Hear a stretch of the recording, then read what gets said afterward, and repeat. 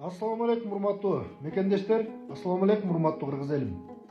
Менин бул видео кайрылуум Кыргызстандагы жалпы блогерлерге, активисттерге жана медиа адамдарына болмокчу. Мындан бир канча күн мурун бир окуучуну урушуп койгон үчүн, тентек окуучуну урушуп койгон үчүн 30 жылдык стажы бар мугалим жумуштан кетти. Мынтип ар бир окуучуну урушкан сайын бирден мугалимди жумуштан кетирип отурсак, менин баламды, силердин балаңарды кайсы мугалим окутат? Кандай мугалим окутат? Мына бизди мугалимдер мурдубашыбыз канчалык чакты сабап эле, өлбөй этпей эле жакшынакай чоңойдук. Тескерисинче азыркы жаштарга караганда ыймандуу, ынсаптуу, тарбиялуубуз. Азыр коомдук транспорттарга түшүп калсаң, жаш кенедей окуучулар улуу адамдарга орун бошотуп берейин дебейт. Бошотуп бербейсиңби деп айтсаң кайра сага каяша сүйлөйт. Биздин убакта улууларга каяша сүйлөчү эмеспиз. Мен каалайм менин баламды 30-40 жылдык стажы бар, тажрыйбалуу мугалим окутса деп каалайм. Антип 30-40 жылдык стажы бар мугалимдерибизди урушуп койгон үчүн жумуштан кетирип атсак, ким окутат анда менин баламды?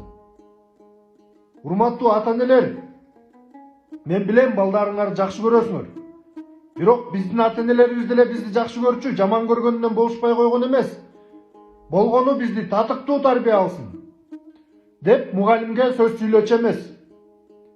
Мен азыр ошол мени уруп соккон мугалимдерге азыркыга чейин кезиксем алкышымды айтам.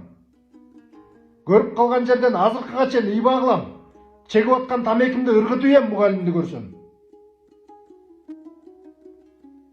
Урматтуу ата-энелер, балабыздын укугу деп балаңардын укугун коргоп атасыңар. Бирок ошол балаңардын укугу айланып келип башыңарга тийсе таң калбагыла. Ал кезде уже кейигениңер кеч болуп калат. Ошол себептен кенедей бир урушуп, бир чымчып согуп койгон үчүн мугалимди сотко берип, же милицияга берип, же жумуштан кетиртүү бул туура эмес нерсе.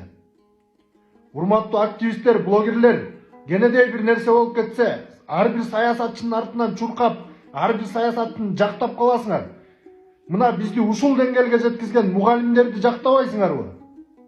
Мугалимдердин талабын талашпайсыңарбы? Мугалимдердин укугун коргобойсуңарбы?